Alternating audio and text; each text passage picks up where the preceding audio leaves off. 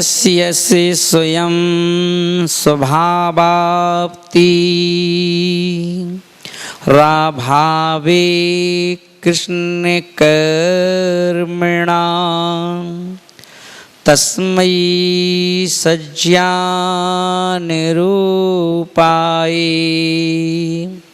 नमोस्तु परमात्मने नमोस्तु परमात्मने। बोले आचार्य पूज्यपाद स्वामी महाराज की, गणाचार्य गुरुदेव श्री ब्राग सागर जी महाराज की। पूज्यपाद स्वामी के द्वारा विचरित इस आध्यात्मिक ग्रंथ में, जहाँ पर हम सभी लोग प्रतिदिन आत्मा की तरफ बढ़ने की डगर पर कैसे बढ़ना है, कैसे उस आत्मा को समझना है, ये चर्चा हम प्रतिदिन सुन रहे हैं। यहाँ पर हम लोगों ने 14 गाथाएं हो चुकी थी और 14 गाथाओं में कल हमने देखा था कि मनुष्य के जीवन में, जो हमारा जीवन है, उस जीवन में एक के बाद एक विपत्तियां खड़ी हुई हैं। हम जैसे तैसे एक विपत्ति से छूटने का प्रयास करते हैं और प्रयास अगर हमारा सही रहा तो हम उस विपत्ति से छूट जाते हैं और उस विपत्ति से छूटने की हम खुशी भी नहीं मना पाते हैं और दूसरी विपत्ति आके खड़ी हो जाती है। पर हम इतने आशावादी हैं कि हम एक के बाद एक विपत्तियों से, और किसी व्यक्ति से पूछा जाए कुंवारे बच्चों को छोड़ दो, है ना, तो उन बच्चों जिनकी शादियां हो चुकी हैं, शादी भी जिनको 5-5, 10-10 साल हो चुके हैं, अगर उनसे पूछो बैठ कर के कि बताओ आपके जीवन में आपने क्या खोया, क्या पाया, तो वो ये बतलाएंगे कि भाई कुछ नहीं रखा इस जीवन में, कुछ नहीं रखा जीवन में। जीवन में सिर्फ यही है कि प्रतिदिन एक नई विपत्ति खड़ी हो जाती है और बस उस विपत्ति को समाधान करते रहो कि एक विपत्ति से कैसे फ्री हों, और वो जब फ्री होते हैं तो दूसरी खड़ी हो जाती है। पर हम इसी सोच के साथ कि अब सुख मिलेगा, अब शांति मिलेगी, अब विपत्ति नहीं आएगी, है ना, तो इस उम्मीद में हम एक महीना, एक साल ऐसे निकालते जा रहे हैं। पर कितने साल की उम्र हो गई आपकी? किसी ने कहा 25 साल, किसी ने कहा 30 साल, किसी ने 35 साल। और जब 35 साल में ये बताओ, जब से आपने होश संभाला है, मान लो 20 साल से समझ लो होश संभाला है, तो 20 साल से यदि आपकी उम्र 35 साल है तो 15 साल से आप कैसे जी रहे हो? और इस उम्मीद में। कोई व्यक्ति 20-25 साल से जीना शुरू किया है मान लो, और उसकी हो गई 50 साल, तो उससे बोलो क्यों भाई तुम कैसे जी रहे हो, क्या पाया? क्या जो पाया तो हमारा जी अभी कुछ है नहीं, पर पाने की उम्मीद पूरी है। उम्मीद है। कितने साल से उम्मीद रख रहे हो? वही हमारी 25 साल से रख रहे हैं, 50 साल हमारी उम्र हो चुकी है, यानी 25 साल उनके हो गए। किसी की उम्र 70 साल की है, उसने अपना होश संभाला होगा 20-25 साल से और 75 का हो गया। उससे पूछो भाई आपने क्या पा लिया, क्या लिया? ना हमारे बच्चे ही हमारी नहीं सुनते, ना नाती हमारी नहीं सुनते, बहुएं हमारी नहीं सुनती, और यहाँ किसकी क्या कहें, हमारी घरवाली ने हमारी नहीं सुनती, है ना। तो फिर आप क्यों घर में पड़े हो, क्या कर रहे हो? उम्मीद कि हो सकता है इनकी अभी समझ में नहीं आ रहा है, कल हमारी सेवा करेंगी। ये लड़के अभी धुतकार रहे हैं, हो सकता है कि उम्मीद है कि हो सकता है आगे चल करके इनको हम पे करुणा आएगी, हम पर दया आएगी, हम इस उम्मीद में जी रहे हैं। ऐसे कर करके हर व्यक्ति इसी उम्मीद के साथ चलते चलते चलते चलते अपनी उम्र खा रहा है। भोजन नहीं कर रहा है, भोजन नहीं कर रहा है, ध्यान रखना। वो तो दिखता है कि मैं रोटी खा रहा हूँ, सब्जी खा रहा हूँ, पर वो अपनी उम्र खा रहा है। और खाते खाते उससे पूछो कितनी उम्र खा चुके तुम अपनी, तो कोई कहता है 70 साल, कोई कहता है 75 साल, कोई कहता है 80 साल। अब तुम 80 के हो गए हो भैया, अब घर छोड़ दो, व्रत ले लो, नियम ले लो, संयम ले लो, क्योंकि मैं देख रहा हूँ आपकी उम्मीदें जो हैं वो जागृत नहीं हो रही, छोड़ दो सब कुछ। अरे नहीं महाराज, अरे नहीं महाराज, नहीं महाराज, तो घर नहीं छोड़ेगा, है ना। तो यहाँ पर आचार्य भगवान बोल रहे हैं कि इन उम्मीदों में हमारे उम्र नहीं, वर्ष नहीं, इस उम्मीद के चक्कर में हमारे कितने भाव निकल गए विजय कुमार जी, अनंत भाव निकल गए, अनंत भाव। हर भाव में इसी उम्मीद के साथ अब हमारा कल्याण कर लेंगे, अब अगले में कर लेंगे, अब अगले में कर लेंगे, अब अगले में कर लेंगे, नियम से होगा, करेंगे, है ना। मगर अपन देखें कि हम वहीं के वहीं खड़े हुए हैं। हमारी जिंदगी कोलू के बैल की तरह हो गई कि हम लोग खूब घूमते हैं रोज, है ना। सुबह जब उठते हैं 7 बजे से लेकर के, है ना, रात को 10-11 बजे तक हम कोलू की बैल की तरह घूमते रहते हैं। बिजनेस के नाम पर, फैक्ट्री के नाम पर, ऑफिस के नाम पर, नौकरी के नाम पर, है ना, जो भी हथकंडे हैं पैसे कमाने के, घूमते रहते हैं।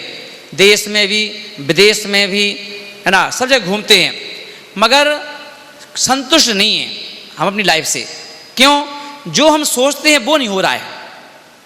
दाल रोटी तो मिल रही है, दाल रोटी तो मिल रही है, ऐसा नहीं है, मिल रही है, मगर जो हम चाहते हैं, जो हमारी उम्मीद है, ख्वाहिश हैं, सपना है, वो पूरा नहीं हो रहा है। और वो पूरा करने के चक्कर में हमारी रोज उम्र निकल रही है। एक एक दिन निकल रहा है, एक एक हफ्ता निकल रहा है, एक एक महीना निकल रहा है, साल निकलती जा रही है ना। बस सिर्फ किसमें बंटी? उम्मीद में, उम्मीद में निकल रहा है बस, है ना। अब देखें, एक बेटा भी पढ़ाई शुरू करता है पहली क्लास से, दूसरी क्लास से, तो इस उम्मीद से पढ़ना चालू करता है कि मैं IPS बन जाऊं, इंजीनियर बन जाऊं, डॉक्टर बन जाऊं, मैं ये बन जाऊं, है ना। फिर वो जब उसका पढ़ाई पूरी हो जाती है तब वो सोचता है कि मैं इतना कमा लूं, है, फिर मैं ऐसा मकान बनाऊंगा, फिर मैं ये करूंगा, फिर वो करूंगा। मतलब उसकी उम्मीद खत्म नहीं हो रही, है ना। और फिर वो सोचता है सब कुछ हो जाए फिर मैं चैन से बैठ जाऊंगा। तो चैन से बैठने का समय नहीं आता है और मौत का वारंट आ जाता है, चलो भैया आपका समय हो गया है ना, उस उम्मीद में। तो अब अपन ये देखें, ये तो होगी तुम्हारी कहानी। अब ये बतलाओ ऐसा क्यों, ऐसा क्यों? तो अब अपन ये देखेंगे कि धर्म की जो व्याख्या है, धर्म कहता है स्वभाव को प्राप्त करो, यस्य स्वयं स्वभावाप्ति, कि जितने भी ये भगवान हैं, चाहे वो राम हो, हनुमान हो, महावीर हो, आदिनाथ हो, चंदा प्रभु हो, नेमीनाथ हो, है ना, कोई भी तीर्थंकर हो, इन सब ने यस्य स्वयं स्वभावाप्ति, इसलिए ये भगवान हैं क्योंकि इन्होंने अपने स्वभाव की प्राप्ति कर ली है। ठीक है ना, स्वभाव की प्राप्ति कर ली है। और हम लोग इनके पीछे क्यों भाग रहे हैं? क्योंकि हम लोगों ने अनंत भवों में भी, ये ऐसा नहीं है कि पहली बार तुम जैन बने हो, या पहली बार तुम जिनेन्द्र भगवान की अर्चना कर रहे हो, या तुम पहली बार दिगंबर मुनि की सामने बैठ कर के प्रवचन सुन रहे हो, या तुम पहली बार किसी मुनिराज को आहार दे रहे हो। कईयों बार दे चुके, कईयों बार, कितने बार दे चुके आहार, कितनी बार सेवा कर चुके, कितनी यात्राएं कर चुके हो, मगर इतना सब कुछ करने के बाद भी आप अपने स्वभाव को प्राप्त नहीं कर पाए। इसीलिए इतना करने के बाद भी आज उसी प्लेटफॉर्म पर बैठे हो। क्यों? सिर्फ एक शब्द है बस, स्वभाव की प्राप्ति नहीं हुई। फिर हम इतने अनंत काल से कर क्या रहे हो? अब ये भी बात होना चाहिए भाई, क्या कर रहे हो, है ना? ये तो भाई शब्दों में दिमाग में आ गया कि हमारे स्वभाव की प्राप्ति नहीं हुई। अब हुई क्यों नहीं, फिर कर क्या रहे हो? तो जो हमारा विभाव है, स्वभाव का उल्टा विभाव, तो हमारी जो यात्रा है वो विभाव में विभाव की यात्रा चल रही है। बोलो, विभाव में विभाव की यात्रा चल रही है। विभाव में विभाव की यात्रा, हम लोगों के अंदर विभाव तो है ही, क्योंकि अपन देखो एक और बोल दिया 5 महाव्रत होते हैं, 5 अणुव्रत होते हैं, ठीक है ना? बोलो कौन कौन से होते हैं? 5 महाव्रत कौन कौन से हैं? अहिंसा, दूसरा सत्य, तीसरा अचौर्य, चौथा ब्रह्मचर्य, पांचवा है परिग्रह परिमाण व्रत, है ना? अपरिग्रह, है ना? ये ना, ठीक है, ये व्रत हैं 5। तो ये 5 व्रत हमें मोक्ष मार्ग की ओर नहीं, अपनी आत्मा की ओर ले जाने वाले हैं। कहाँ ले जाने वाले हैं? अपनी आत्मा की ओर ले जाने वाले ये 5 महाव्रत हैं, इनको कहा है व्रत। अब व्रत का उल्टा, स्वभाव का उल्टा, ये 5 महाव्रत हमें अपने स्वभाव को स्पर्श कराने के लिए हैं। अब ये हो गए व्रत। अब व्रत का उल्टा कर दो तो अव्रत। व्रत का उल्टा क्या है? अव्रत। तो अब अहिंसा का उल्टा करो, क्योंकि उल्टे चल रहे हो विभाव की तरफ। तो अहिंसा का उल्टा हिंसा, और सत्य का उल्टा असत्य, चोर का उल्टा चोरी, और ब्रह्मचर्य का उल्टा मैथुन, है ना? अब्रहम, और परिग्रह का उल्टा अपरिग्रह का उल्टा परिग्रह, ये पाप हो गए। तो पाप का उल्टा व्रत और व्रत का उल्टा पाप, ठीक है ना? तो इसलिए अनंत भाव हमारे व्रतों में तो बीते नहीं, काय में बीते हैं? उल्टे में। उसको विभाव बोल दो, सीधा विभाव में निकले हैं, है ना? अब बताओ, विभाव में तो हम सभी हैं ही, और विभाव में आप दुकान किस चीज को लेके जा रहे हो? पाप को लेके। दुकान से क्या कमा के ला रहे हो? पाप। ऑफिस से क्या कमा के ला रहे हो? पाप। फैक्ट्री से क्या कमा के ला रहे हो? पाप। भले ही फैक्ट्री में कुछ भी बन रहा हो, मैन्युफैक्चरिंग किसी भी चीज की हो रही हो, पर वहां से पाप कमा के ला रहे हो, है ना? और उस पाप को कमा के लाए, ये भी विभाव। फिर उस पाप से बचने के तरीके ढूंढ रहे हो, वो भी पाप, है ना? तो कैसे टैक्स बचाना है, कैसे पुलिस से बचना है, कैसे टीटी से बचना है, कैसे लाइट वाले से बचना है, कैसे हर जगह बिल कम आए। नगर पालिका में मकान भले हमारे 10 कमरे का हो, पर उसको वहाँ पे चोरी करना है कि 4 ही कमरे हमारे यहाँ, 10 की जगह 4 बता दिए। तो क्या कर रहे हो? पाप कर रहे हो, नहीं कर रहे हो? तो पाप, एक पाप को करने 10 पाप छुपाना पड़ रहे हैं। कहते ना, एक झूठ को छुपाने के लिए 100 झूठ बोलना पड़ते हैं। तो विभाव के बीच में रह करके ही, और विभाव को ही बढ़ा रहे हैं हम। विभाव के बीच में रह करके हम विभाव में बढ़ा रहे हैं। तो बोले कि कोई साधु कहे कि आप संसार में घूम रहे हो, संसार में भटक रहे हो, तो कोई व्यक्ति संसार में नहीं भटक रहा है, ये ध्यान रखना। व्यक्ति अपने स्वयं के आत्म प्रदेशों में ही भटक रहा है। हर किसी की फील्ड है। बताओ, जैसे आप कहते हो कि हमारा मकान कितने गज का है, कहीं 250 गज का, तो आप 250 गज में तुम्हें जो करना है करते रहो, पड़ोसी कुछ नहीं कहेगा। 250 गज के बाद अगर कुछ करोगे तो वो पड़ोसी रोकना चालू कर दें, क्यों भाई साहब क्या कर रहे हो, है ना। 250 गज की आपका जो मकान है और मान लो 250 गज में आपका मान लो 20 फुट 25 फुट फ्रंट है आपका, तो आप अपने फ्रंट के सामने गाड़ी खड़ी कर लो दो, कोई कुछ नहीं कहेगा। पर पड़ोसी के सामने खड़ी करोगे तो वो टोक देगा, भाई साहब गाड़ी हटाओ यहाँ से, है कि नहीं। तो आप जितने भी काम करना है, आप 250 गज के मकान में पाप करो, चोरी करो, जो करना करो, किसी कोई मतलब नहीं है कि नहीं ऐसे। तो कोई फील्ड है आपकी, तो हर आत्मा की फील्ड कितनी है बताओ। एक आत्मा के प्रदेश कितने हैं, प्रदेश अनंत प्रदेश हैं। तो आप अपनी आपकी फील्ड कितनी, आपका मकान कितना बड़ा है, मकान कहते हैं ना इसको मकान, कि हमारा मकान कौन सा है, जी वाला नहीं है जो ईंट मट्टी का, हमारा मकान कौन सा है, अपनी आत्मा का। तो आत्मा के जितने प्रदेश हैं, है ना, देखो अगर मान लो कोई धर्म दान किया आपने, तो दान की बरगड़ाएं आपके प्रदेश में ही तो पहुंचेंगी, है ना। नहीं, आपकी आत्मा छोड़ के कहां जाएंगी। चलो भाई, अगर मान लो किसी डॉक्टर ने इंजेक्शन लगाया, तो इंजेक्शन लगाया है तो इंजेक्शन का असर आपकी आत्मा के जितने परमाणु हैं उनमें फैल जाएगा।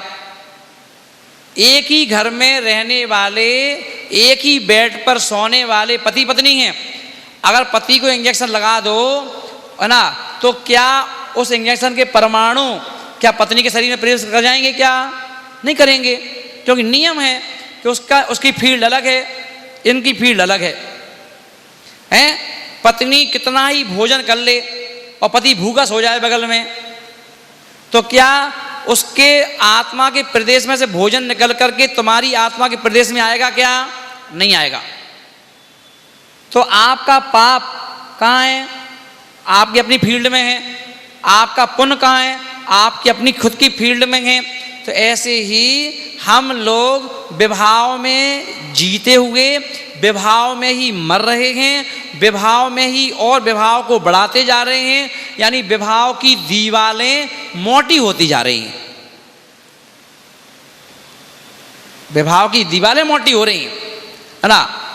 और जो जितनी तकनीक से और जितनी पावर से मकान बनेगा, उसको तोड़ने में उतनी ताकत लगाना पड़ेगी, है ना। पहले की दीवारें कच्ची होती थी, मिट्टी से बनी हुई, तो कम से कम क्या होता था, एक हथौड़ी मारो तो ईंट सीधी उचक जाती थी, हैं। अब क्या होता है, सीमेंट बजरी और लोहा सब मिला के ईंटें खड़ी होती हैं, और 4 इंच की मात्र दीवार है। पहले तो 9 इंची और 12 इंची और 16 इंची की होती थी, अब तो कितनी है, 4 इंच की दीवार खड़ी है, पूरे मकान की चारों तरफ 4 इंच की दीवार है। मगर उस 16 इंच की दीवार को तोड़ना आसान है, पर इसको तोड़ना आसान नहीं है। और इसमें अगर जितने हथौड़े मारोगे, सारी ईंट, साबुत ईंट तो बहुत कम निकलेंगी, सब टूट फूट जाएंगी। मजबूती का तकनीक ज़्यादा यूज की गई है, तो जितनी तकनीक यूज गई, तो ऐसे ही हम लोगों ने अपने पापों को छिपाने के लिए भी, है ना, विभाव की इतनी मोटी मोटी दीवारें बना रखी हैं। अपन तो चाहते तो यही है, पुलिस को ही पता ना चले, सीबीआई को पता भी नहीं चले, इसको ही पता ना चले, है ना, कभी नहीं करते हैं। पर सीबीआई पुलिस तो सब ढूंढ लेती है ना, लेट लती भी हो सकती है, बस खोज सब लेती है। ऐसे ही पाप कर्म भी आप कितना ही छुपने का प्रयास करो, कितना ही छुपाने का प्रयास करो, वो पाप रूपी जो कर्म रूपी सीबीआई है, वो एक ना एक दिन मौका देख के रेड डाल देती है। क्या हुआ, आप बीमार हैं, बीमार हो गए अचानक, क्या हो गया, कर्मों के छापा डल गया है ना। आपके यहाँ पर इनकम टैक्स, सेल टैक्स के वाले आ गए हैं। ये क्या हुआ, कर्म ने कहा बेटा 100 दिन सोनार की, 1 दिन लोहार की, आ गया कर्म, चलो आ जाओ बेटा। कितने कमाए थे तुमने झूठ बोल बोल के, बोलते 10-20 लाख रुपए ले गए, आराम से आसानी से ले गए, तुम बिना उसके दिया है। यहाँ तुम 1 लाख रुपया देने के लिए धर्म के क्षेत्र में सोचते 10 बार, घर में पूछेंगे, उनसे पूछेंगे, इनसे पूछेंगे, और सीबीआई वाले आए, घर में छापा पड़ गया, तो ना तुम घरवाली से पूछोगे ना कोई से पूछोगे, उनसे पूछोगे कितने में निपट जाए। सर ले देखे निपटाओ सर। अब और वहाँ पर यहाँ अगर बोली शुरू करोगे तो अच्छी खासी बोली, जब भले 10 लाख की बोली जा रही हो, पर शुरू करोगे कहाँ से? 11,000 से हैं। और अगर छापा पड़ जाए तो उनसे कैसे करते हो? सर 11,000 रुपये ले लो, कैसे कहते हो क्या? मालूम है कि भैया ये मोटा, इनका मुख ज़्यादा खुलता है, तो चलिए क्या करो, इनके लिए पहले से ही क्या कहोगे? सर 5 लाख, 5 से तो शुरू करोगे हैं। उनने 4 गाली दी, साल बनिया होशियार समझ रहा है अपने आप को क्या हैं? 5 लाख क्या सब्जी मंडी समझ रखी तूने? Sir sir sorry sorry sorry sorry sorry sir, कोई बात नहीं, 10 कर देंगे, 10 कर देंगे, 10। हाल 5 से 10 पे पहुंच गया सीधे। अरे बीवी से तो पूछ ले एक बार, तूने 5 के 10 कर दिए। अरे बीवी क्या करेगी महाराज, 10 निपट जान दो, 10 में निपट जाए तो अभी सौदा सस्ता है, हालत ख़राब हो जाएगी, है ना। फिर भी सर ने फिर एक बार कह, अरे एक साहब चिल्ला के पड़ा जोर से, उसने उन्हीं में से, उनकी भी ट्रिक है, तुम्हारी ट्रिक है, धीरे धीरे बढ़ रहे, उनकी भी ट्रिक है। और अरे सर क्यों किसकी बहसबाजी कर रहे हो, बढ़ाओ, बंद करो साले को, बंद करो। आपने अकल समझ में जाएगी, साला 5-10 कर रहा है ऐसे हैं, डालो उसको जेल में। साला जब जेल में चलेगा ना, साल निकल जाएगा इसका। मिलके आते सब, तू ऐसा बोलना, मैं ऐसा बोलूँगा। उन्होंने बोला, चिल्लाया, जैसे सुना कि सड़ जाऊँगा, जेल में बंद हो जाऊँगा, ये हो जाएगा, तुरंत बोला नहीं सर, नहीं सर, नहीं सर, नहीं सर, नहीं सर, सर 21 लाख, 21 लाख, 21 लाख, 21, 21। पहले 5 के 10, फिर 10 के सीधे 21 हो गए। ऐसे होता नहीं होता है, कर दिए। अब ना, अब सलाह नहीं करना, किसी से पूछना है, और पूछना भी नहीं है। और अच्छा अब ऐसा होता है कि अच्छा मतलब ऐसा कोई, तुम लोग सब जानते ही हो, जिन जिन के यहाँ छापा पड़ा है, तो चुनो, अगर छापा पड़ा और मान लो 20 लाख में सौदा पक्का हो गया, तो 20 लाख कितने साल में देना पड़ेंगे? मतलब वो जो रिश्वत के पैसे हैं 20 लाख 25 लाख, वो कितने साल में देना पड़ेंगे? तुरंत। देखो ये विभाव है महाराज, विभाव में ईमानदारी है, धर्म के क्षेत्र में बेईमानी है। और धर्म 2 नंबर में ईमानदारी है कि नहीं, बताओ हैं? हे ज्ञानी, मतलब पूजा कर रहा है तो धोखा दे रहे अपने आप को, बताओ।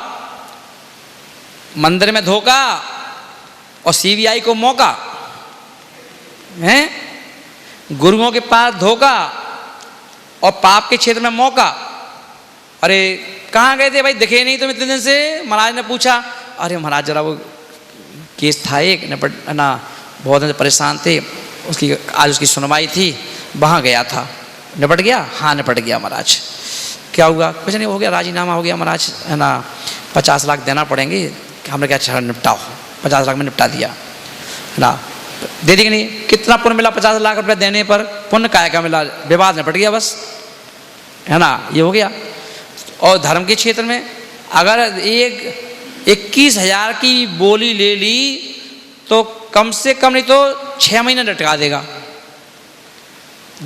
2-4 बार तो कमेटी को फ़ोन करनी पड़ेगा, सर वो आपकी विपुल भैया, वो आपकी एक बोली थी 21,000 रुपये की। अरे यार तुमने यार 30 बार फ़ोन कर दिया, फ़ोन मत करना भाई साहब, घर पे फ़ोन मत करना है कि खा भाग जाएंगे क्या, हमने कर्जा लिया है क्या यार, बोलिए तो लिए, दे देंगे हैं, बार बार फ़ोन लगा रहे हो। देखो कैसे तो ना करे हो, कैसे तो ना करे हो, क्यों तो ना करे हो? क्योंकि धर्म का क्षेत्र है, कोई ना कुछ कहेगा नहीं, है ना। और वो लोग आए थे जो, उनको कैसे दे दिए? ये भी नहीं कहना पड़ा कि सर इंतजाम करने के लिए 2 दिन तो दे दो, तो 2 दिन 21 लाख पे कहाँ से लाएंगे? कहाँ से आ गए, झटके में निकल गए। वो ब्रीफ केस, नया ब्रीफ केस VIP का, नोट सेट करके, सर ये लो आप तो ब्रीफ केस जाओ, है ना। और 21 लाख रुपये दे करके ऐसे सांस से निकलोगे बाहर सबके सामने, जैसे बिल्कुल मोक्ष से तुम ही आए हो, स्वर्ग से आए हो,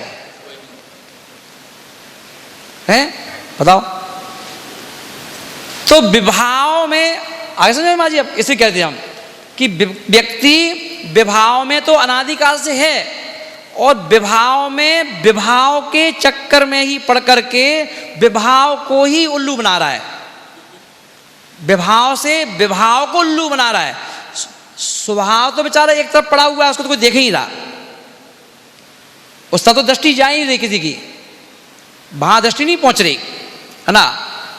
और जिन जिन की वहां दृष्टि पहुंच गई तो और एक बात बताएं, देखो सीधी सीधी बात बताएं, अंधेरा मान लो कोई हॉल मतलब कोई कमरा है, कहीं कोई मकान पड़ा है, मकान बना बनाया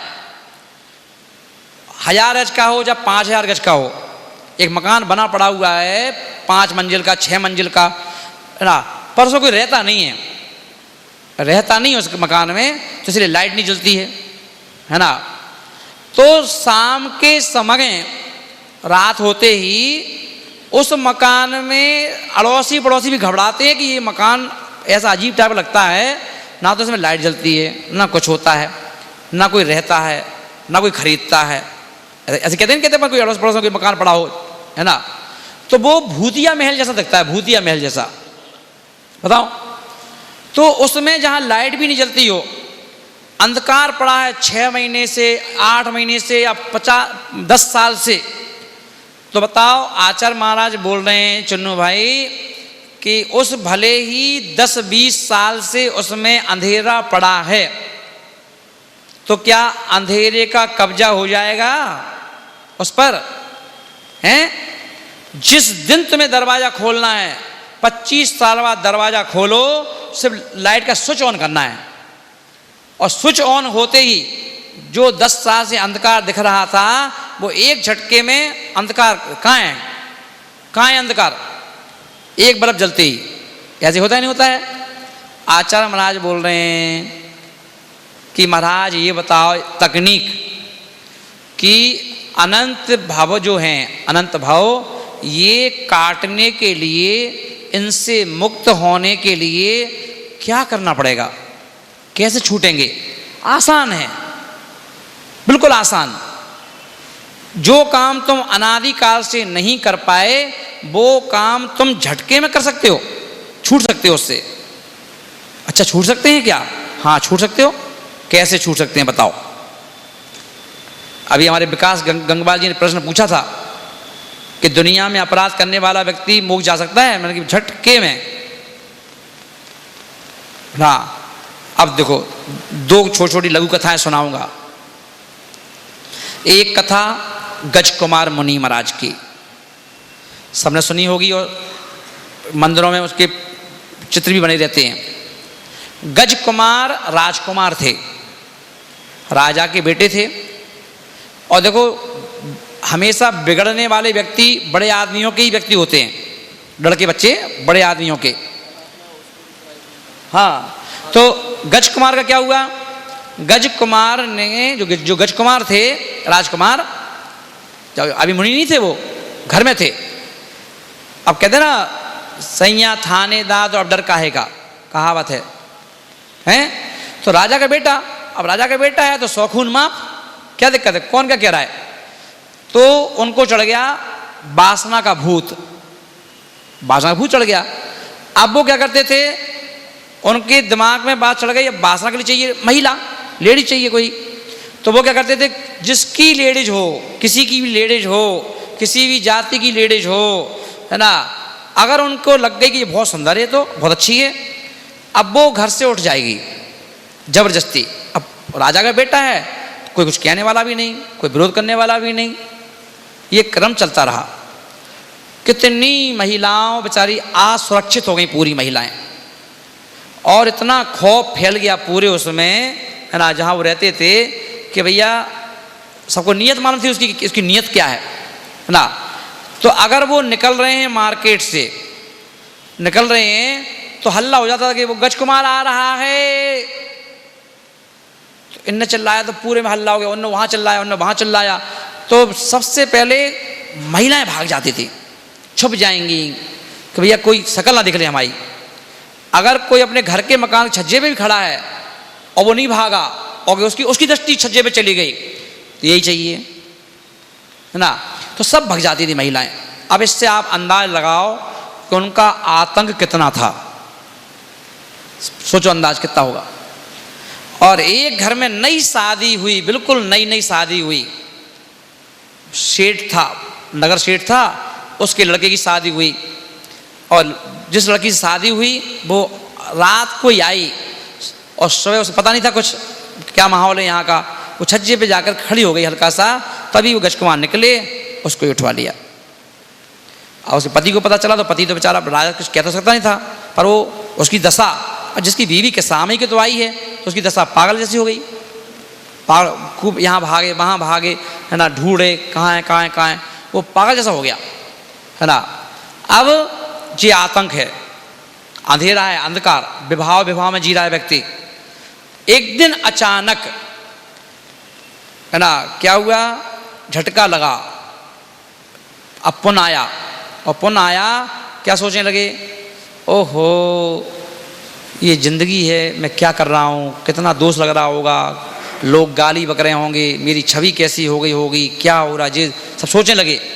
तुरंत विचार आया, हट बेकार है, चलो जंगल में गए, एक महाराज के पास दीक्षा ले ली, मुनि बन गए। कहाँ, कम्मेसूरा, कहाँ धम्मेसूरा, दीक्षा ले ली, मुनि बन गए, है ना। वो व्यक्ति जो जिसकी बीवी ले गए थे वो ढूंढता ढूंढता वहीं पहुंच गया, देखा ये मुनि महाराज बन के बैठे थे।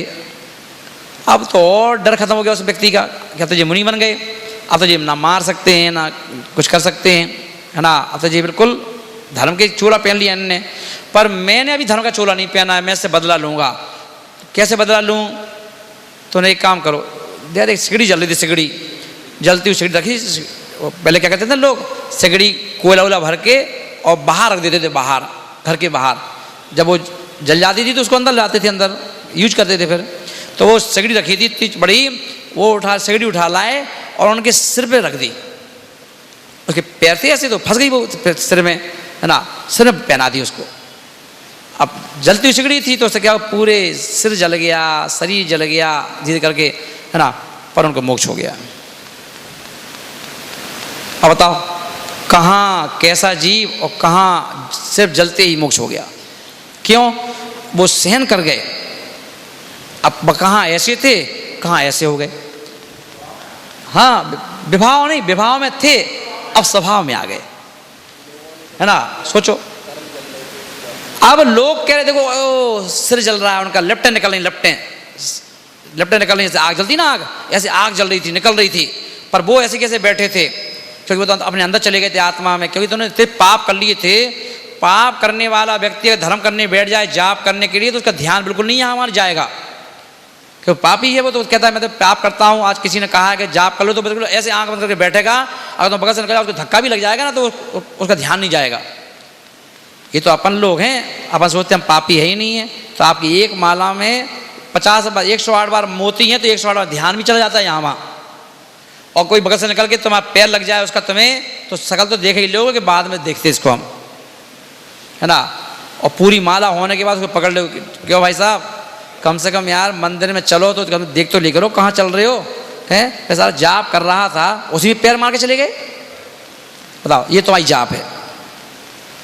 तो वह ऐसे बैठे शरीर जल रहा था, लोग कहते कैसे शरीर जल रहा है, लपटें निकल रही हैं।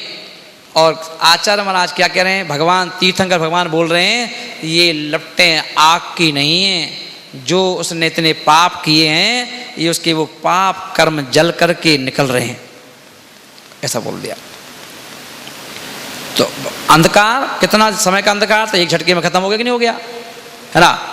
तो जिस व्यक्ति ने कितना ही विभाव में अपना जीवन निकाला हो, वह व्यक्ति यदि अपने जीवन में स्वभाव की प्राप्ति कर ले, यानी अव्रत छोड़ दिए, व्रत पकड़ लिए, और व्रत पकड़ करके, इसीलिए महाराजों के लिए क्यों कहा जाता है, अब आपने दीक्षा ले ली है तो आपका जीवन, है ना, एक तो वो परतंत्रता की कैद होती है जेल, और ये स्वतंत्रता की जेल है कमरा। महाराज चतुर्मास कहाँ हो रहा है, चंपाबाग धर्मशाला में। चंपाबाग धर्मशाला में महाराज का चतुर्मास हो रहा है क्या? नहीं, चंपाबाग धर्मशाला की एक कमरे में हो रहा है ना। क्या महाराज छत पर घूमते हैं? मुझे महाराज की छत से क्या मतलब, इतना बड़ा हॉल है, क्या महाराज इस हॉल में घूमते रहते हैं? बोले महाराज को इस हॉल से क्या मतलब है ना। क्या तो महाराज अपने कमरे में घूमते रहते हैं? बोले कि महाराज कमरे में क्यों घूमेंगे, सिर्फ एक तखत है उस पर घूमते हैं, बस उसी बैठते हैं। फिर क्या करते हैं? सिर्फ ओनली शौच क्रिया, लघु संज्ञा क्रिया, यानी लघु संज्ञा, लघु क्रिया और दीर्घ क्रिया और एवं आहारचर्या, बस। इसके अलावा पूरी जिंदगी कैद है। बताओ, कभी ऐसा तो हो कि ग्वालियर में चतुर्मास चल रहा है, चलो कम से कम भैया है ना, चलो यार घूम आओ कहीं? नहीं। तो ये जिंदगी ये स्वभाव की तरफ जा रही है ना। कौन आ रहा है, कौन जा रहा है, किसी रिश्तेदारी तो करना नहीं है, तो हर किसी पीछे पड़ जाएं तो बोले साधु का रूप नहीं है, क्योंकि ये सब विभाव है। स्त्रियां आ रही हैं, अब कोई स्त्री आ गई, लग गए पीछे, अरे कहाँ रहते हो, आते नहीं हो, आया करो, हैं दिखते नहीं हो। अरे भैया ये सब विभाव हैं, इनको तुम फिर छेड़ रहे हो, इन्हीं से तो बच करके तुम स्वभाव में आ रहे हो और तुम इनको देखे फिर विभाव की तरफ जा रहे हो। ये ऐसा विभाव है, इसमें इतना आकर्षण है। दुनिया की जो अच्छी अच्छी फसल हैं, उन फसलों को लगाने के लिए कितनी मेहनत करना पड़ती है। सुनो भाई, बताओ, अगर आपको गेहूं उगाना है, आपको चने उगाना है, आपको चावल उगाना है, तो कितनी मेहनत करना पड़ती है। मगर घास उगाने के लिए, बेशरम की लकड़ी उगाने के लिए है कुछ नहीं करना है, ना बीज डालना है, ना फसल तैयार करना है, बस पानी गिरा नहीं, वो अपने आप निकल आएंगे, है ना। ऐसे ही विभाव है, विभाव के लिए मेहनत नहीं करना पड़ती। ये तो इतनी मतलब तैयार ही बैठी हैं, तुम्हें सारा फर्क करो जो तुरंत तैयार है। ये विभाव है, इसलिए इस विभाव से बिल्कुल बच के रहो, बिल्कुल बच के रहो, दूर रहो, है ना, बचा के रहो अपने आप को। क्योंकि ये विभाव में ऐसी चुंबक है, ऐसी चुंबक है कि तुम सही, जब तक तुम पूर्ण स्वभाव को प्राप्त नहीं हो जाओगे, ये तुम्हें कभी भी खींच लेंगे अपनी तरफ। देख, सुनने में आता है नहीं आता, सुनने में कितना आता है, फलाने मुनिराज 22 साल बाद चले गए, फलाने मुनिराज 15 साल बाद चले गए, फलाने मुनिराज चले गए। क्यों? 15 साल में वो अपने स्वभाव को प्राप्त नहीं कर पाए, पर विभाव ने देखो 15 साल की साधना करने के बाद भी खींच लिया अपनी तरफ। बोले बच के रहो, है ना। स्वभाव इतनी कड़क चीज है, पर एक बार पकड़ लो, बस उसकी रफ्तार को तुमने अगर पकड़ लिया, जैसे ट्रैक्टर को चालू करने के लिए वो घुमाते ना आगे से, है ना, घुमाओ, और एक बार बस तुम्हें 20 बार घुमाना है। शुक्ला नजर रखो, तुम्हें क्या करना है, 20 बार उस ट्रैक्टर के आगे चालू करने के लिए उसको घुमाना है, और 20 बार घुमाने के बाद अगर हैंडल जो जिसको आप पकड़ के घुमा रहे थे वो छूट गया हाथ से, तो निकालना मुश्किल पड़ जाता है उसको, क्योंकि उसकी रफ्तार इतनी तेज हो जाती है अपने आप कि उसको पकड़ के भैया कैसे निकालो उसको वापस। ऐसे होता नहीं होता है, मैंने तो देखा है आप लोग ना, ऐसे होता नहीं होता है। ऐसे जनरेटर है, पहले हाथ से घुमाओ, 10 बार घुमाओ, उसने जैसी रफ्तार पकड़ ली तो चक्का इतनी तेज घूमता है कि हैंडल नहीं निकाल पाएगा वो वाला, तो पता चला वही घूमता ही रहेगा, है ऐसा। ऐसे होता नहीं होता है। ऐसे ही सही वो स्वभाव है, स्वभाव का जनरेटर एक बार चालू हो गया तो ये विभाव के जितने हैंडल है ना, ये फिक जाएंगे अपने आप।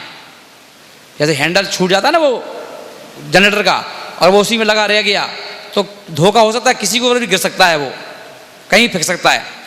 ऐसे ही जब एक बार स्वभाव का जनरेटर चालू हो गया तो सारे विभाव, पाप, कर्म ऐसे फेंक जाते हैं, कहाँ गिरे जाकर उनको पता नहीं।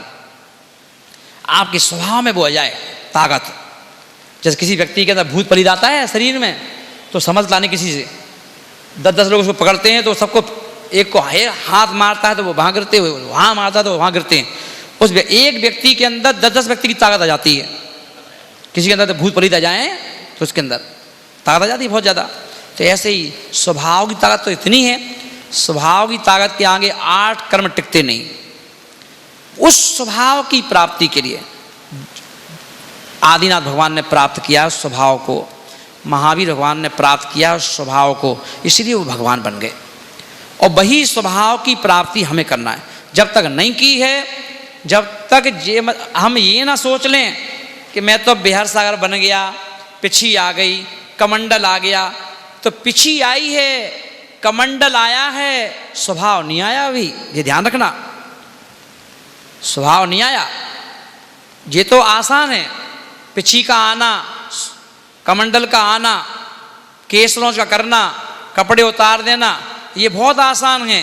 पर स्वभाव को प्राप्त करना बहुत कठिन है, पर बहुत सरल भी है। मान लो तो हार, ठान लो तो जीत। तो जिनने ठान लिया, अब जिसने ठान लिया है तो उसको ना तो भोजन दिखता है, ना भोजन दिखता है, गैया की तरह जाते हैं। क्यों कहा? मुनि महाराज के आहार को कहा है गोचरी। गोचरी शब्द कहा है? बोले साधु चौके में भोजन करते समय गैया की तरह खड़े हो जाते हैं। कैसे खड़े हो जाते हैं? गाय की तरह। अब उनको गाय की तरह खड़े हो गए। कभी आहार देखना आचार्य विद्यासागर जी महाराज का। अब तुम कहोगे अपना क्यों नहीं बता रहे हो? देखो हम तो ऐसी गैया हैं कि तुम्हें जोड़ने के चक्कर में भाई कोई छूट ना जाए, तुम भी दे लो बस, जस्ट थोड़ा बहुत ध्यान दे भी देंगे, कोशिश तो कर रहे हैं वैसे ही जाएं, पर फिर भी ध्यान चला जाएगा थोड़ा बहुत। मगर उनका क्या है, एक बार खड़े हुए और एक बार खड़े हुए तो बीच बीच में अगर कोई व्यक्ति नया आहार देने आया और शुद्धि बोल रहा है तो एक बार आज्ञा है महावीर भगवान की कि हल्की सी आंख उठा करके देखना है कि कौन दे रहा है। सिर्फ डिफर मानना है। जैसे फोटो खींचते समय जो फ्लैश चमकता ना, बस इतना ऐसे देखा, अच्छा बस नीचे, फिर वापस नीचे के नीचे, और ग्रास मुंह के अंदर चबाया, नीचे आंख करके अंजलि खोल दी, सामने वाले फिर दे दिया। कौन दे रहा है? लेडीज दे रही है कि जेंट्स दे रहा है कि हमारा कोई खास चेला दे रहा है कि कोई हमारी खास चेली दे रही है कि कोई बुजुर्ग दे रहा है कि कोई अम्मा दे रही हैं ना हमें ये कहना है कि तुम हट जाओ, ना हमें ये कहना है कि तुम दो। कि कोई अगर मान लो कोई नई उम्र की लड़की अगर आहार देने आ गई और तो हम कह रहे हैं कि इसको तो खड़ी रहने दो, और कोई अम्मा आहार देने आ गई तो भगा तो सकते नहीं हैं। तो एक बार ले लिया और इशारा कर दिया, अब तुम जाओ उनको दे दो। अगर तुम अम्मा को कह रहे हो उनको दे दो तो लड़की से भी कह दो उसको दे दो, है ना। या खड़े हैं तो सबको खड़ा रहने दो, क्योंकि तुम्हारा लक्ष्य चौके में ना अम्मा को देखने का है, ना लड़की को देखने का है, ना लड़के को देखने का है। तुम्हारा लक्ष्य तो जो तुम्हारे हाथ में आई रोटी है उसको देखने का है। उसका नाम गोचरी। गोचरी गैया की तरह। गैया को घास खाने से मतलब है, किसने डाली इससे मतलब नहीं, ऐसे ना, उसका नाम गोचरी है। तो बोले कि ये स्वभाव की तरफ ले जाने वाली चीजें हैं, क्योंकि चौके में भी विभाव है, वो खींचता है अपनी ओर, है ना। वहां भी विभाव खींचता है। कमरे में बैठे हो, कोई आ गया खास, तो अब देखो कई बार क्या होता है, मैं देखता हूं, देखो एक व्यक्ति मान लो कई बार ऐसा हो जाता है कि, है ना, अगर कोई व्यक्ति ने हल्का सा हाथ ऐसे कर लिया, नया है, तो अपन कहेंगे हाथ धो के आओ। और कोई अपना खास व्यक्ति है और उसने तो ऐसे भी कर लिया और ऐसे भी कर लिया, तो उससे नहीं कहेंगे कि हाथ धो के आओ। तो बोले क्यों भाई, इस विभाव में तुम्हें क्या अच्छा लग रहा है कि एक व्यक्ति बेचारा पहली बार आहार देने आया तो उसने हल्का से ऐसे कर लिया तो उसको तुमने 10 बार हाथ धुलवा दिए, और ये व्यक्ति जो तुम्हारा रोज आहार करवाता है, क्या इसको परमिट है? हाथ नहीं धोने का? पास बना, इसे पास बनवा रखा है क्या है कि ना तुझे हाथ धोना है, ना तुझे शुद्धि बोलना है, तू बकबक करता रहे, तू कुछ भी करता रहे, उसको छूट है क्या? सारे कानून किसके लिए हैं? अनजान व्यक्ति के लिए। और पहचान वाले के लिए क्या है? कुछ नहीं, मतलब वो विभाव तुम्हें टच कर रहा है। बताओ, तो इस स्वभाव की तरफ जाना है। तो स्वभाव में अगर जाना है तो स्वभाव का मतलब है कि देखिए है बहुत कठिन चीज, पर अगर किसी व्यक्ति ने अगर कुछ समय के लिए भी इसको फॉलो कर लिया तो देख रहे हो उनने फॉलो किया है तो चमक रही, चमक पूरे देश में चमक रहे हैं। और जिनने फॉलो नहीं किया है तो देखो जहां नगर में हैं वहीं नहीं चमक पाएंगे हैं, वहीं लोग इकट्ठा नहीं कर पाएंगे, वहीं दुखी हो जाते हैं कि बताओ लोग हमारा ध्यान नहीं रख रहे हैं, हमारा ध्यान नहीं रख रहे हैं। तो ध्यान दूसरा नहीं रखेगा, तुम्हारा स्वभाव ही तुम्हारा ध्यान रखेगा। आप अपने स्वभाव को स्पर्श कीजिए, दुनिया तुम्हारे पीछे पागल हो जाएगी। आप अपने स्वभाव को स्पर्श कीजिए, दुनिया तुम्हारे चरणों को स्पर्श करेगी। आप अपनी आत्मा को स्पर्श कीजिए, है ना, सारे सिद्ध सारे देवता तुम्हारे ऊपर पुष्प वृष्टि करेंगे और कहेंगे जय हो जय हो जय हो, है ना। और सारे सिद्ध कहेंगे वेलकम, तुम्हारा स्थान यहाँ नहीं, तुम हमारे सिद्धालय में आओ। पर सबकी नज़र किस चीज़ पर है? तुम्हारे स्वभाव पर। तुम स्वभाव में जा रहे हो कि नहीं जा रहे हो? कितनी बार मुनि बन गए हम लोग, पर 9 ग्रेवियर तक जाकर के फिर वापस आ गए। क्यों? मुनि तो बन गए पर स्वभाव में नहीं गए। मुनि बन गए, मुनि बन गए, कोई गुरु के लिए लड़ रहा है, मुनि बन गए, कोई अपने नाम के लिए मरा जा रहा है, मुनि बन गए, पर कोई यश कीर्ति के लिए मरा जा रहा है, मुनि बन गए, कोई पुस्तक के लिए मरा जा रहा है, मेरी पुस्तकें छप जाएं, इतना नाम हो जाएगा। कोई मुनि बन गए, कोई पंचगणा के लिए मरा जा रहा है। अरे भैया, आप तो अपने स्वभाव में रहो, सारी चीजें तुम्हें स्पर्श करेंगी, तुम किसी को स्पर्श करने का प्रयास मत करो। तुम किसी पर, तुम्हारी सबकी दृष्टि तुम पे जाए, अच्छी बात है, पर तुम्हारी दृष्टि किसी पे ना जाए ना, उसका नाम स्वभाव है। छवि बीते रागी नगन मुद्रा दृष्टि नासा पे धरे। दृष्टि कहाँ है? नासा। उसके 2 अर्थ हैं, एक तो नाक के अग्रभाग पर दृष्टि हो और दूसरा किसी से कोई न आशा। ना आशा, हमें किसी से संसार में कोई आशा नहीं है, चाहे तुम अरबपति हो, चाहे करोड़पति हो, चाहे लखपति हो, चाहे लक्ष्मीपति हो और चाहे घरवाली के पति हो। हमें तुमसे क्या मतलब, है ना। हम तो अपने रूल्स अपने फॉलो करेंगे और करवाएंगे तुमसे भाई, ऐसे लोग, है ना, क्योंकि हमें अपने स्वभाव को स्पर्श करना है। हम मुनिराज अपने स्वभाव को स्पर्श करने के लिए बने हैं, ना कि तुम्हारे लिए। तुम्हें खुश करके क्या मिलेगा? यदि हम अपने आप को खुश कर लेंगे, अपने आप को यदि हमने खुश कर लिया, सारे सिद्ध खुश हो जाएंगे, अरहंत खुश हो जाएंगे। और जब वो खुश हो गए, तुम तो अपने आप खुश हो गए, हमें क्या करना तुमसे, बताओ। तो ये कह दिया। तो यहाँ पर आचार्य अपने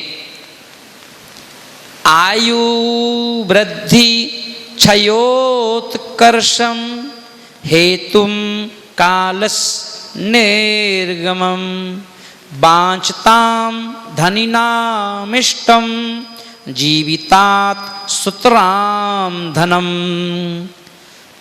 क्या बोल दिया? आयुर वृद्धि क्षयोत्कर्षम हेतुम कालस्य निर्गमम वांछताम धनिनामिष्टम जीवितात सुतराम धनम। कि समय का व्यतीत होना, समय निकल रहा है कि नहीं निकल रहा? रोज समय का व्यतीत होना, आयु का क्षय होना, एक दिन निकल रहा है, हमारी आयु भी क्षय हो रही है, हो रही नहीं हो रही है। और धन वृद्धि का कारण है धन चाहने वाले धनवान पुरुषों को अपने जीवन से भी अधिक ना क्या इष्ट होता है? धन इष्ट होता है। संसारी लोगों को क्या चाहिए? पैसा। बाप बड़ा ना भैया, सबसे बड़ा रुपया। उन्हें धन से मतलब है। रक्षाबंधन में कितनी बहनें आ जाएं, भैया मिलेगा शाम को ही, फोन पे कहते हैं मैं दुकान में मस्त हूँ, अभी सीजन चल रहा है ना, मैं शाम को मिलता हूँ, राखी बंधवाऊंगा, तुमसे चिंता मत करो, है ना। ये तो दिन भर बहनें इंतजार करेंगी घर पे, भले कितनी दूर से आई हो, दिल्ली से आई हो, बम्बई से आई हो, है ना। ये तो धर्मिष्ठ है। धन क्या है? इष्ट है। ऐसे ही आज हमारा कि साधु को क्या इष्ट है? वहां बहनों के आने पर भी भैया को टाइम नहीं है। बताओ, रक्षाबंधन तुम दूर जाओ अपने घर पे और भैया दुकान चल रही, तो आज सीजन है, त्योहार का दिन है, तो भैया दुकान पर है, तो क्या बहन की खबर सुनकर के सारे भाई इकट्ठे घर में हो जाते हैं क्या? नहीं। एक आदमी ड्यूटी लगा देंगे, तू ये बहन को रिसीव कर लेना, बस घर पे छोड़ दो, है ना। अब वो घर में आके पूछेगी मम्मी से, वो कहाँ है, वो कहाँ है, वो कहाँ है? वो बेटा दुकान में सब लोग, है ना। वो तो खाना खाने भी नहीं आ रहे, इतने व्यस्त हैं अभी, तो उनको धन इष्ट है, वो तो धन में लगे कमाने में। अभी देखना शाम को आएंगे, अब वो जैसे ही 8 बजेंगे, रात को 8-9 बजे सोए आ जाएंगे, सोए कहेंगे, पैर छुएंगे, अरे तू कब आ गई, तू कब आ गई? मैं सुबह की आ गई, बताओ आपको तो टाइम ही नहीं है। अरे बेटा वो सीजन चल रहा ना, सीजन तो अब आ गए ना, ले बांध राखी, ले 500 रुपया हो गया, जब राखी बांध दे, काम खत्म। तुझे भी धनिष्ठ है बहन, मुझे भी धनिष्ठ है ना, मुझे भी धनिष्ठ है। तो ये बात बने चला, और इसी में पूरी आयु खर्चा हो गई, समय खर्चा होता जा रहा है, पर हमें आत्मा दिखाई नहीं दे रही है। और यहाँ आपका है ये विभाव का, विभाव वालों की परिणति है, और हमारी तो बताई दी अपन ने स्वभाव की तरफ है ना। तो धन क्या है? विभाव। मकान क्या है? विभाव। गाड़ी क्या है? विभाव, है ना। सब चीजें क्या हैं? संसार की आत्मा को छोड़ के सब विभाव है। तो चलिए आपकी दृष्टि विभाव पर, और आप उसी में खुश हो, और हमारी दृष्टि स्वभाव की है, हम स्वभाव में खुश हैं। इसलिए आप अपने में मस्त हैं, हम अपने में मस्त हैं, पर सुकून पूरा जो सुकून है वो स्वभाव में है। इसलिए हम अपने स्वभाव की तरफ कदम बढ़ाने का प्रयास करें। बोलो महावीर भगवान की जय।